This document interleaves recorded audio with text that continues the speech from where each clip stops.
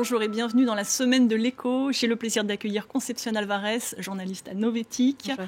Boris Lombard, président de KSB France, fabricant bonjour. De pompes et de robinetterie industrielle, et François Gérolf, économiste à l'Observatoire français des conjonctures économiques.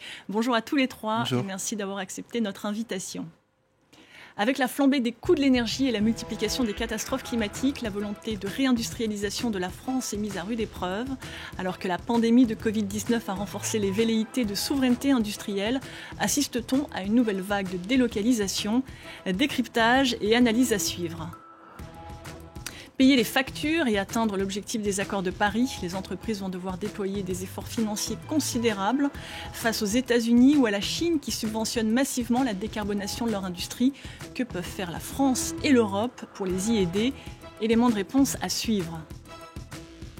Enfin, 196 pays au chevet de la planète, à Sharm el-Cheikh, en Égypte, se concluent les travaux de la conférence des Nations Unies pour le climat.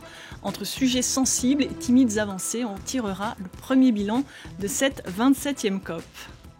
Mais d'abord, en pleine crise énergétique, la France tente de préserver son industrie. Le gouvernement veut accélérer les investissements du plan France 2030, objectif annoncé 54 milliards d'euros sur 5 ans et faire en sorte que 20 milliards soient engagés d'ici à la fin 2023. Alors dans le financement par exemple d'électrolyse, dans l'hydrogène, la production de véhicules électriques, la production de lithium, le recyclage de plastique, les semi-conducteurs ou des ordinateurs quantiques.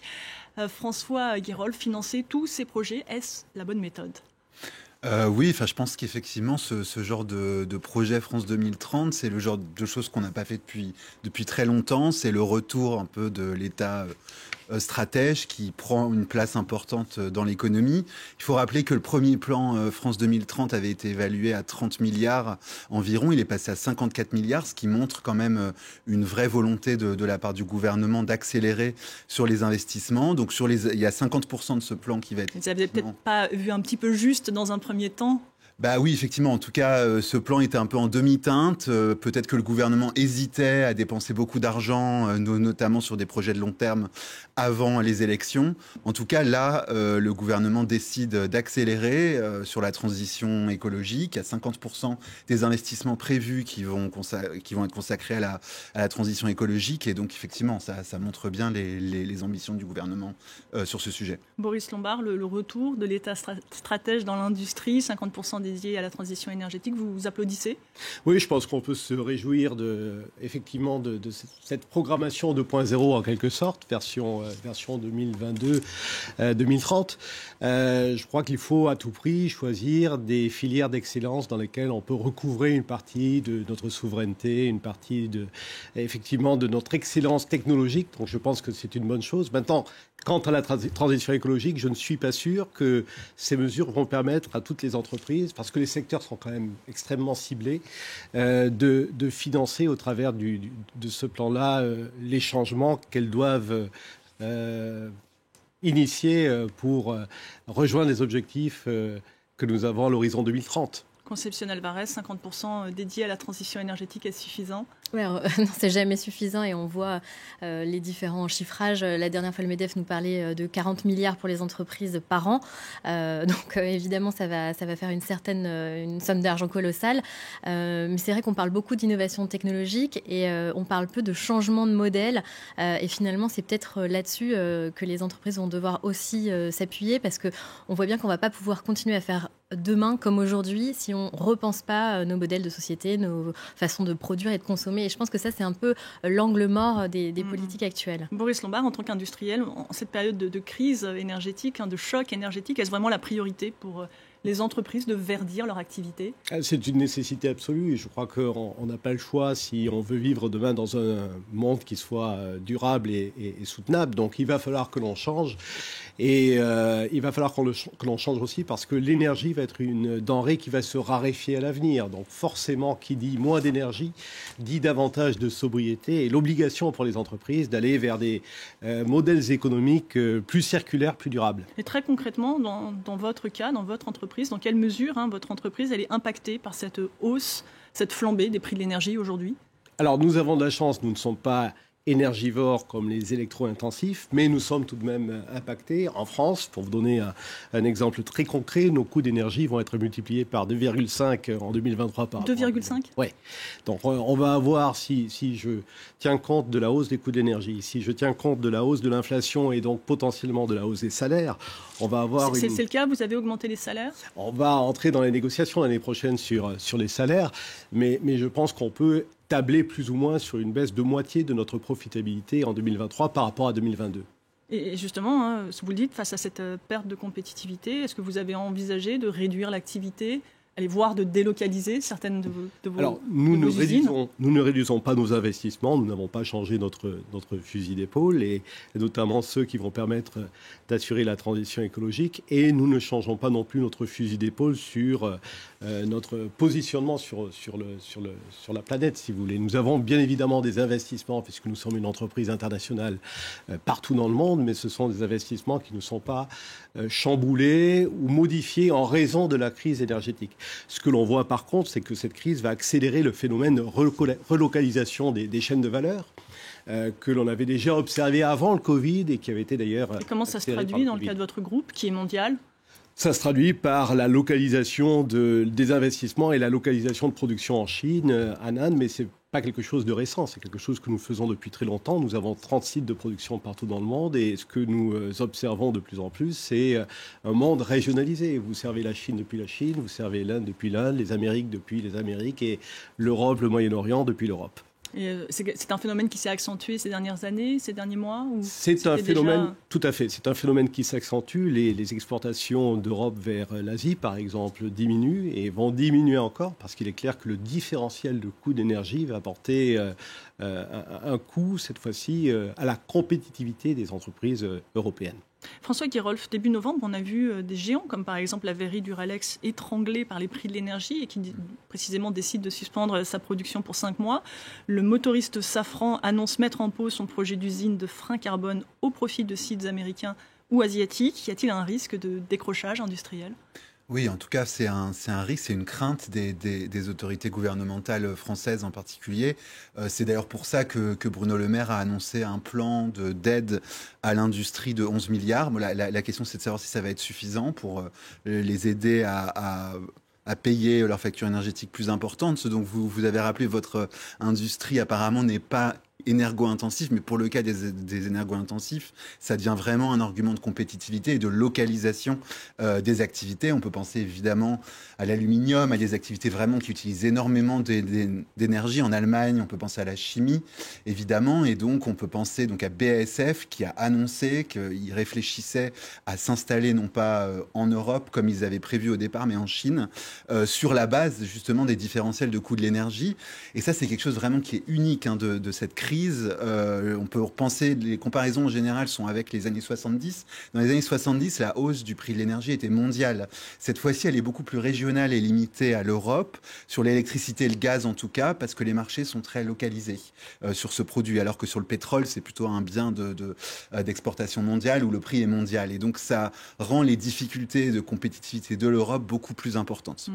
Alors, le 8 novembre dernier, Emmanuel Macron a signé un pacte de décarbonation avec les patrons des 50 sites les plus polluants en France.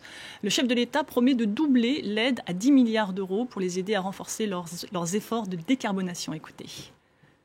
Alors la prochaine étape, c'est donc la signature pour chacun des sites, dans un délai de 6 mois, d'un contrat de transition écologique précisant quand et comment nous allons réduire ensemble nos émissions. Et je dis ensemble parce que pour moi, ce contrat devra préciser les choix de technologies retenus, les investissements prévus, les aides que nous mettrons en place. François Guérolf, des contrats de transition écologique devront être signés site par site, filière par filière. Oui, et alors faut voir que c'est difficile pour le gouvernement d'être actif sur ce sujet-là parce que par définition, la solution, elle est dans les mains des industriels. Par définition, c'est eux qui savent combien d'efforts ils peuvent faire, c'est eux qui connaissent très précisément les technologies et on voit que l'État essaye vraiment de travailler main dans la main avec l'industrie et je pense que c'est vraiment ce qui est nécessaire dans ce cas-là parce que c'est des sujets extrêmement techniques, c'est des sujets d'ingénieurs pour lesquels il n'y a pas forcément d'ailleurs les compétences dans l'État. Et donc on peut voir que vraiment, il y a un jeu qui se produit entre l'État et les industriels. L'État essaye de mettre les objectifs les plus importants pour l'industrie, mais en même temps, il faut qu'ils soient réalistes et qu'ils ne nuisent pas à la compétitivité des industriels. D'ailleurs, on a vu ces dernières années des plans d'aide se multiplier. Le gouvernement a fait des plans de réindustrialisation. Vous diriez que finalement, dans cette crise énergétique, l'État tâtonne un peu, est obligé à chaque fois de réajuster au fil de l'eau?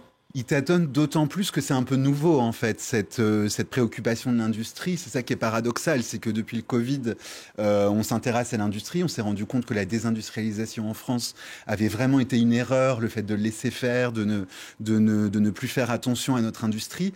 Et en fait, c'est maintenant qu'elle est touchée par peut-être sa plus grande crise depuis très longtemps. Et donc, il y a une forme de paradoxe où l'État ne sait pas encore faire, il n'a pas encore appris à faire, et en même temps, il y a énormément à faire. Et on voit que, par exemple, dans le nucléaire, il y a des objectifs très ambitieux de construire de nouveaux réacteurs, et la main-d'œuvre ou les savoir-faire, parfois ont disparu, et il faut les recréer, c'est ça? Oui, le nucléaire est en train de lancer un plan de recrutement de 10 à 15 000 personnes, et c'est ce qu'explique très bien EDF, c'est que pendant longtemps, le gouvernement, ces dernières années, le gouvernement a dit que le nucléaire allait baisser, donc on n'a pas investi, on n'a pas formé, etc. Et là, on voit les problèmes de maintenance dans les centrales nucléaires qui mettent en péril le passage de l'hiver. Et donc, effectivement, 6 nouveaux réacteurs EPR2 qui vont être construits d'ici 2035. On veut les poser la première pierre dès 2025. Donc, on voit une accélération. Mais derrière, effectivement, il faut que ça suive, il faut que les gens soient formés. Il faut que l'industrie suive. Boris Lombard, toutes ces aides, on a vu une baisse des impôts de production, un plan d'investissement, le plan de relance post-Covid avec des aides à la décarbonation. Est-ce que vous en avez profité? Dans quelle mesure vous en avez profité? Alors les impôts de production, comme tout le monde, effectivement, nous en avons profité. Je crois que c'était nécessaire pour abaisser le gap qu'il y avait entre France et Allemagne, qui reste quand même toujours très important. Je rappelle que c'est à peu près 4,4% du PIB français, les impôts de production, et 0,7 à l'Allemagne. Donc on est encore sur un différentiel très, très important. Le plan de relance, nous en avons également profité. Je crois que c'était une manière de redonner de la confiance dans les acteurs économiques après le Covid, et que ça a été très positif. La question qu'on peut se poser, c'est la capacité de l'État à financer demain la transition écologique lorsqu'on voit le niveau d'endettement que nous avons en France. Et on peut aussi se demander comment la chose va s'organiser au niveau européen. Et finalement, le cadre le plus pertinent pour parler de transition écologique, ce n'est pas le cadre national, c'est plutôt le cadre européen. On va y venir, je vous coupe là-dessus. En quoi consiste très concrètement la transition pour vous? Comment on peut vous aider à décarboner votre activité? Car nous avons réalisé un bilan carbone et on s'est aperçu que 98% de l'impact carbone que nous générions était lié aux produits, à l'usage des produits que nous vendions. Donc nous travaillons sur le sujet depuis très longtemps. Nous fabriquons des pompes et des vannes. Une pompe, ça tourne pratiquement tout le temps, donc ça laisse une empreinte carbone assez substantielle, et nous avons travaillé avec l'Europe justement dès les années 2010 pour réformer le cadre réglementaire et arriver collectivement avec l'ensemble de la filière à produire des produits plus efficients. Donc on travaille énormément là-dessus. On s'est lancé dans l'éco-conception de nos produits. Donc aujourd'hui, lorsqu'on développe de nouveaux produits, on regarde l'impact écologique qu'ils peuvent avoir à la fois au niveau de la production, de leur usage et puis leur recyclage. On travaille beaucoup aussi sur le service. On a 17 ateliers de service en France qui sont capables de remettre à jour de vieilles machines tournantes, de vieilles pompes, et donc c'est l'inverse de l'obsolescence programmée en quelque sorte, de les remettre dans le circuit après 10, 20 ans, 30 ans d'existence. Est-ce que la crise énergétique a accéléré finalement cette décarbonation? Est-ce que vous avez pris des décisions là récentes pour verdir votre énergie ou pour décarboner vos produits? Toutes ces initiatives existaient avant la crise énergétique. Évidemment, comme toutes les entreprises françaises, on s'est lancé dans un plan de sobriété, puisque le gouvernement nous a fixé l'objectif de 10%, qui est un objectif qui me semble très facile à atteindre. Parce que vous vous y étiez préparé? Pas nécessairement, parce que justement, lorsque on n'a pas fait attention à la consigne de température dans les locaux, lorsque on a des locaux vides qui sont parfois chauffés, il est très facile finalement d'atteindre les premiers 10%. C'est plus tard, pour aller plus loin dans l'effort de sobriété, qu'il va falloir avoir recours à des investissements pour les entreprises. Concepción Alvarez, ce pacte de décarbonation, on y revient, prévoit le développement de technologies qui sont pas toujours très bien maîtrisée. Oui, on y revient. Dans les technologies favorisées par le gouvernement, il y a notamment la capture et la séquestration du CO2. Ça, c'est une technologie qui a démarré dans les années 70-80, donc qui a plus de 50 ans, presque 50 ans. Et on voit que il y avait une vingtaine de projets l'an dernier dans le monde. Ça s'est un peu accéléré cette année avec 70 projets. Mais on voit que c'est quand même très balbutiant encore. Ça coûte très cher, c'est très énergivore. C'est pas forcément accepté socialement. Voilà, on ne sait pas toujours où remettre ce CO2 et quelles conséquences ça va avoir sur la géologie.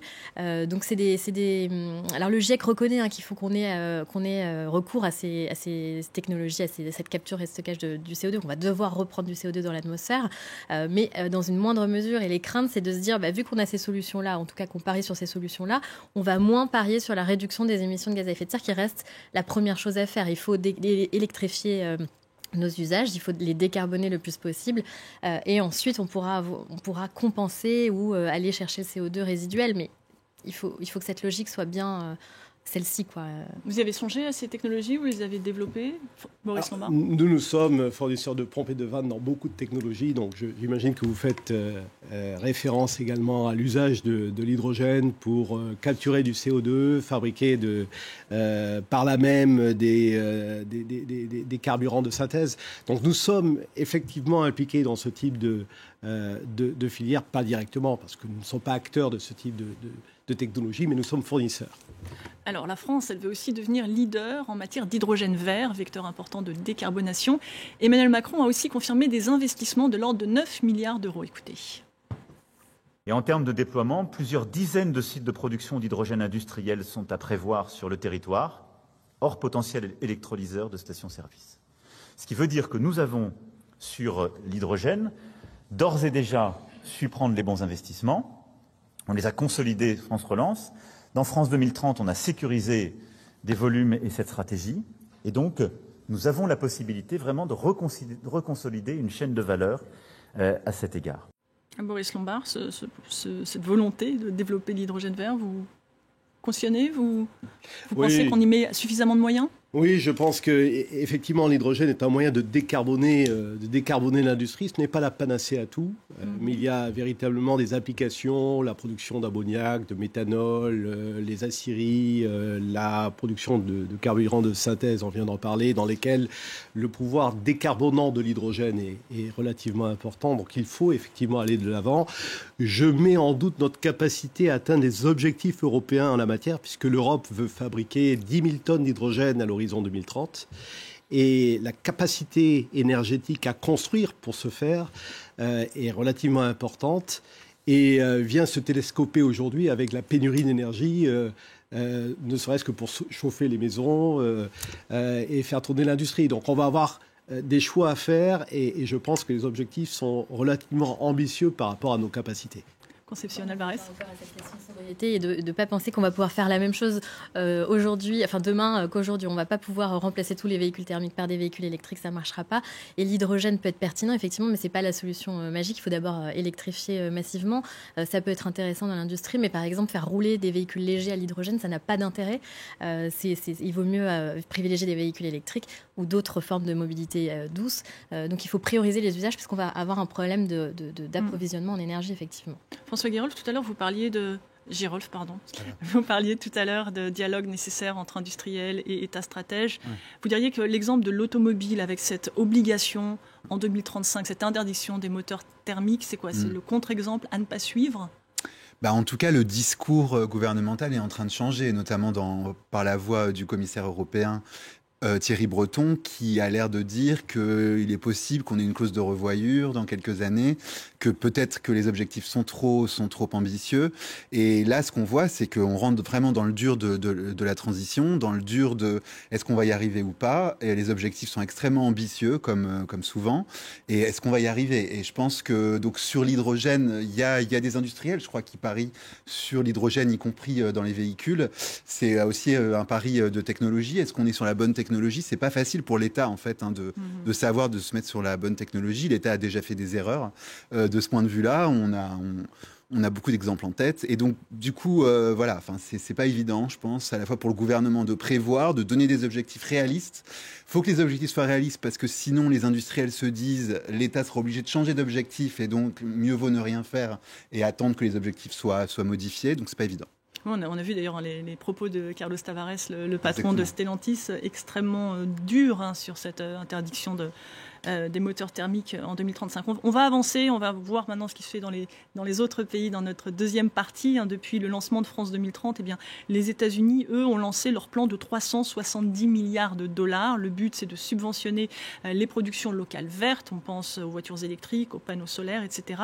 Avec une dimension protectionniste. François Girolf, est-ce que justement ce plan, il va contre les règles de l'OMC? C'est la critique adressée notamment par Emmanuel Macron.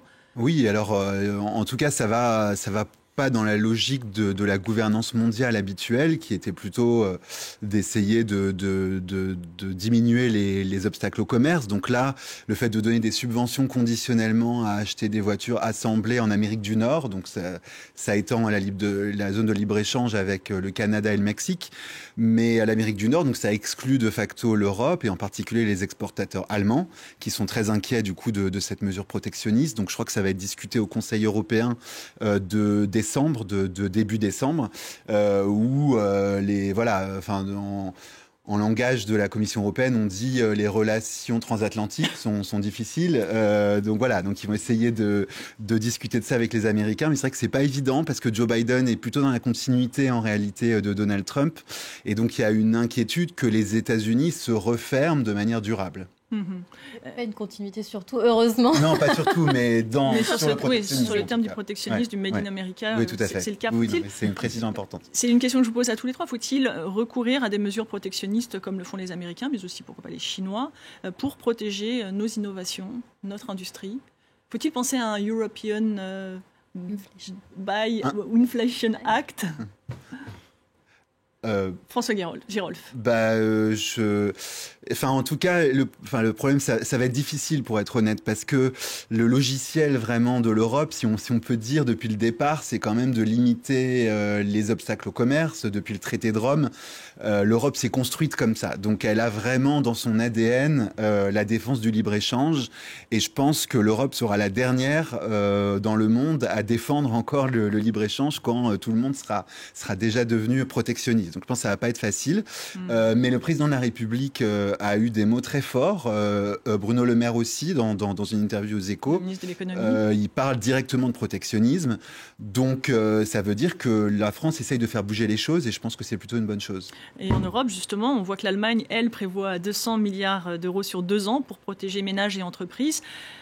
François Girolf, faut-il le jeu de la concurrence avec ce plan d'aide massif? On voit qu'on est loin de quelques milliards français. Alors en tout cas, oui, c'est une crainte parce qu'une grande partie de ce plan va venir aider les entreprises allemandes à s'acquitter de leurs factures énergétiques, ce qui va permettre aux industriels allemands de consentir des prix moins élevés sur le marché européen. Donc il y a toujours le risque d'une distorsion de concurrence et d'ailleurs potentiellement ce plan tombe sous le coup des aides d'État. En tout cas, c'est ce qui est en train d'être examiné par la Commission européenne. En revanche, le plan français est beaucoup plus timide sur le sujet. Si on compare, c'est 11 milliards d'euros seulement pour les entreprises. Le plan allemand, c'est en gros 90 milliards pour les entreprises.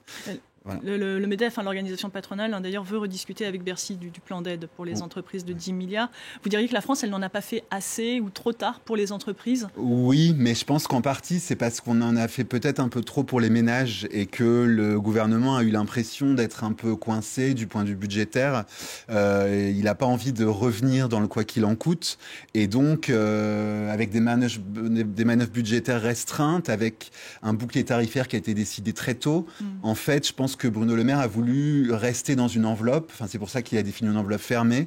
Et c'est pas évident pour la France de dépenser autant pour les entreprises. En tout cas, la France a l'impression de ne pas avoir les marges de manœuvre budgétaires, contrairement à l'Allemagne qui a beaucoup moins de dettes à la base et de déficit que nous. Et qui aurait tendance peut-être parfois à annoncer des plans très très donc cher sans dépenser toute l'enveloppe nécessairement. Oui, donc il faut être prudent quand même sur les chiffres que l'Allemagne a annoncés, parce que contrairement aux Français, nous on a tendance à annoncer des chiffres plutôt bas, puis au final on consomme beaucoup plus. Les Allemands font exactement l'inverse. Ils ont tendance à annoncer des grosses dépenses, de dire qu'ils vont faire du déficit, et puis au final ils sont quand même en excédent à la fin. Donc, Boris Lombard, votre entreprise elle est allemande. Vous partagez cette analyse, ou est-ce que pour vous c'est une nécessité, ces 200 milliards, alors c'est sur 2 ans, pour sauver l'industrie allemande? Pour moi, il y a péril dans la demeure quand on regarde l'industrie en Europe en général. Donc, faute de consensus européen, ce serait tout de même mieux de traiter le mal à la racine et de pouvoir se mettre d'accord sur un nouveau mécanisme de fixation des prix de l'énergie. Je comprends que les pays réagissent avec leurs propres mesures. On a eu le bouclier espagnol, on a eu également le relèvement de l'Arenh en France de 100 à 120 TWh qui a tout de même contribué aussi à limiter l'inflation qui est la plus faible en France sur le continent européen. Donc je comprends que dans cette situation dans laquelle il faut réagir très vite, faute de capacité à s'entendre européen, les pays réagissent. C'est un peu difficile de jeter la pierre à l'Allemagne alors qu'elle sort de 20 ans de rigueur budgétaire beaucoup plus forte que la France, et elle a parfois payé un lourd tribut social, notamment dans les années 2010, pour contrôler ses dépenses. Donc évidemment, au moment où il y a un péril dans la demeure, elle profite de cette manne supplémentaire pour venir au chevet de son industrie. Ce qu'il faut rappeler, c'est que c'est quand même encore des subventions publiques aux énergies fossiles, alors qu'on passe notre temps à dire qu'il va falloir faire la transition vers les renouvelables. Donc effectivement, il faut parer au plus urgent. Mais là, par exemple, le bouclier tarifaire qui a été mis en place en France, qui coûte 25 milliards d'euros, il n'a pas adressé les ménages qui sont les plus sans précarité énergétique ou les plus modestes ou qui sont dans des passoires énergétiques. Alors c'est forcément difficile, c'est des mesures d'urgence, mais qui ciblent massivement. Et on voit qu'en général, ça va plutôt aux ménages les plus aisés, celles qui consomment le plus, qui prennent le plus la voiture, etc. Donc c'est de l'argent, encore une fois, pas très bien dépensé, et c'est encore des subventions aux énergies fossiles, alors qu'il faudrait peut-être inciter au changement. Oui, et on voit effectivement qu'il y a du coup une tension entre le court terme et le long terme, parce qu'on parle sur le long terme d'objectifs très ambitieux en 2030, carbone. Et puis en même temps on réouvre les centrales à charbon, etc. Notamment on fait des plans en France. Un terminal méthanier au Havre. Tout à fait, donc c'est vrai qu'il y a vraiment une tension entre ces deux choses, et on voit que c'est pas facile, mais il faut rappeler, pour aller dans votre sens, qu'en Allemagne y compris, le plan Scholz est critiqué, en particulier les Verts allemands sont très critiques pour cette raison. Eh bien, on va regarder les engagements, justement, vous l'avez dit, les engagements européens. L'Union européenne veut montrer l'exemple. C'est l'une des annonces de la COP27. Le vice-président de la Commission revoit ses objectifs à la baisse de réduction des émissions de gaz à effet de serre, malgré la crise énergétique. Écoutez. Nous sommes résolument sur le chemin de la finalisation de toute la législation afin de mettre en œuvre nos objectifs climatiques d'ici la fin de l'année. En l'état actuel des choses, nous pourrons réduire nos émissions d'au moins 57%. Je suis heureux de vous annoncer ici aujourd'hui que l'UE est prête à mettre à jour ses engagements pour refléter cette ambition rehaussée. Ne laissez personne vous dire, ici ou ailleurs, que l'UE fait machine arrière. Ne les laissez pas vous dire que l'invasion de l'Ukraine par la Russie est en train de tuer le pacte vert européen et que nous sommes dans une ruée vers le gaz. Non, l'Europe reste dans la course et nous allons même de plus en plus vite.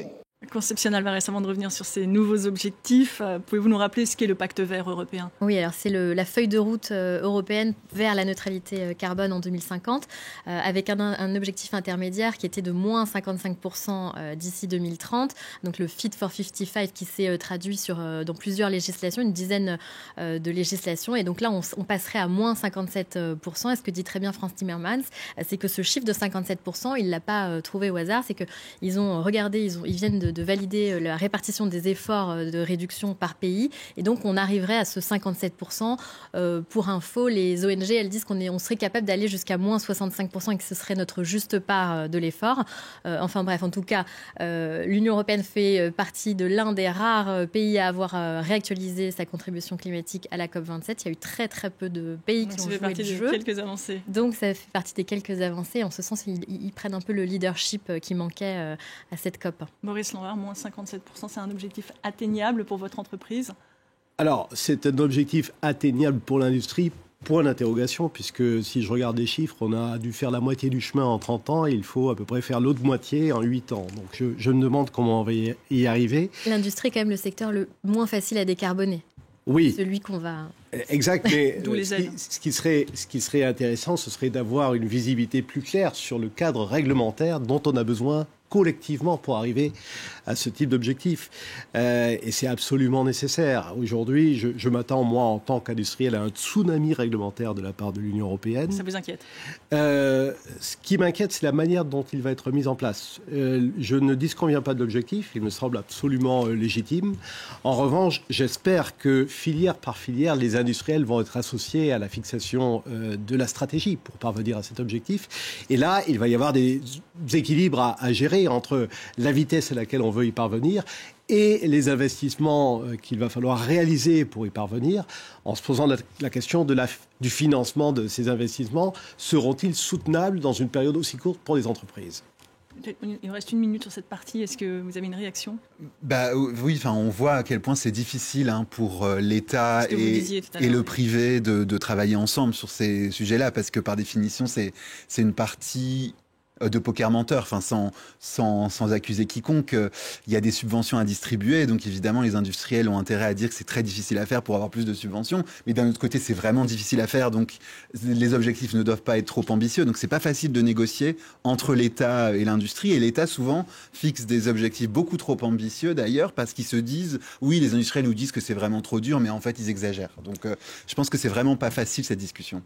Il faut quand même rappeler, et je pense qu'il y a une opportunité à saisir, à jouer le jeu de la transition énergétique, parce qu'on le voit, l'énergie est une ressource qui va être de plus en plus rare, qui va être de plus en plus chère. Donc je pense aussi que c'est une opportunité pour les entreprises. Il faut rappeler aussi que le coût de l'inaction va être beaucoup plus élevé. On parle de 5 à 20% du PIB par rapport au coût de l'action. Donc ça, c'est toujours à remettre en perspective, puisque si on ne fait rien demain, et on le voit avec la crise énergétique, on n'a pas suffisamment anticipé, et ça nous coûte très cher aujourd'hui. Je suis complètement d'accord, mais je ne suis pas ni favorable à la course aux subventions. Je crois pas que ce soit dans l'ADN des industriels nécessairement de vouloir ces changements subventionnés par l'Union européenne. Je faisais référence tout à l'heure aux changements que nous avons faits dans notre entreprise, dans notre filière. Ils ont été faits sans subvention, en se mettant d'accord avec le législateur. Donc et parce que ça peut marcher, parce que nous avons mis en place des business models qui étaient capables de soutenir justement cette transition. Et c'est ce que j'appelle honnêtement de mes voeux. En revanche, comme le temps presse et file et que 2030 c'est demain, je me demande véritablement si, sans aide, on sera capable d'arriver à ces objectifs. Vous êtes convaincu, François Gérolf? Non, mais il faut rappeler qu'en France, jusqu'ici, la baisse des émissions de l'industrie, malheureusement, s'est réalisée surtout en désindustrialisant. Et donc, en partie, les objectifs qu'on a, en fait, on les a réalisés. On a envie, normalement, de réindustrialiser. Donc, ça va être d'autant plus difficile de remplir les objectifs, en tout cas en France. Et pendant ce temps, c'est notre troisième partie, l'horloge climatique tourne, a martelé le secrétaire général de l'ONU. Avant de tirer un premier bilan de la COP27, on va prendre la direction de l'Inde. Le pays et son 1,4 milliard d'habitants deviendra l'an prochain le pays le plus peuplé devant la Chine. Pour poursuivre son développement, elle n'aura d'autre choix que d'investir dans les énergies renouvelables. C'est un reportage de nos confrères de France 2. C'est un océan de béton, de plus en plus surchargé et surpeuplé. New Delhi, 32 millions d'habitants, ne cesse de s'étendre à l'image des grandes métropoles indiennes.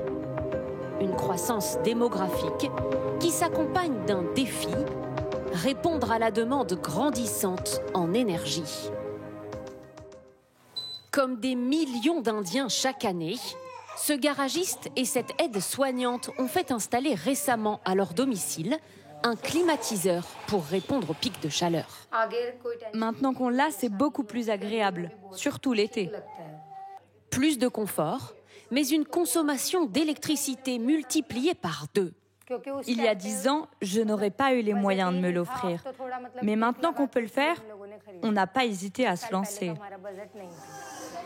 En Inde, plus la population augmente et s'enrichit, plus la demande en énergie explose.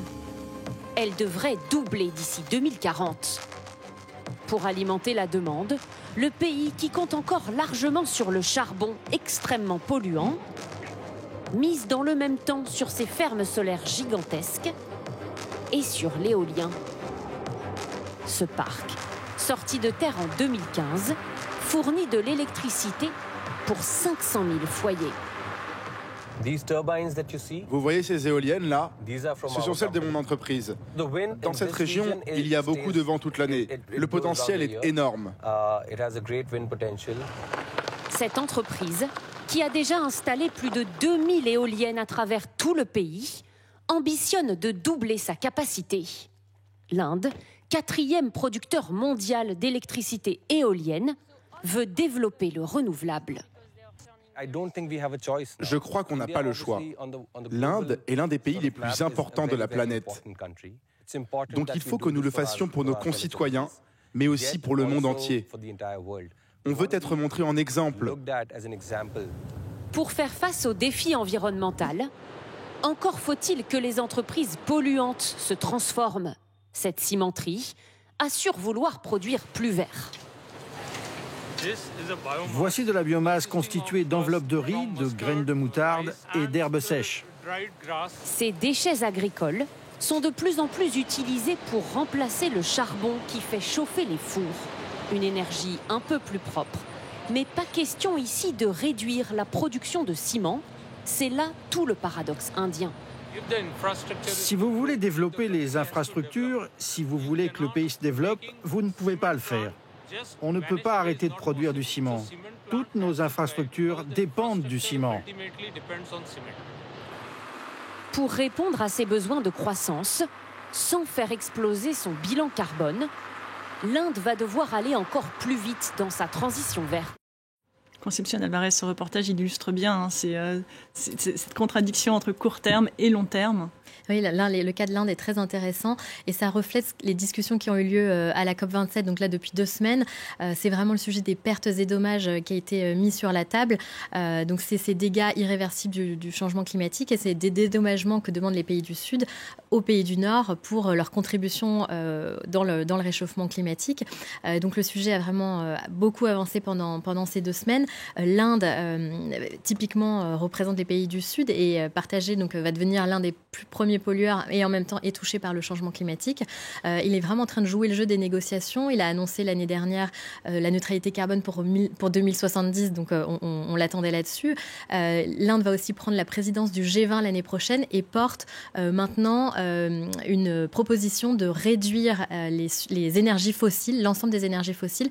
Donc ça pourrait accélérer sous la pression de l'Inde. Donc on voit le changement de stratégie au niveau international. Boris Lombard, pour vous, pour l'industriel que vous êtes, la COP27, ça représente quoi exactement ? Je crois que c'est très bien d'avoir comme ça des grandes messes internationales dans lesquelles on remet le sujet du climat à l'ordre du jour. Ce qui est important pour nous, c'est de savoir comment on s'inscrit collectivement dans l'atteinte de ces objectifs.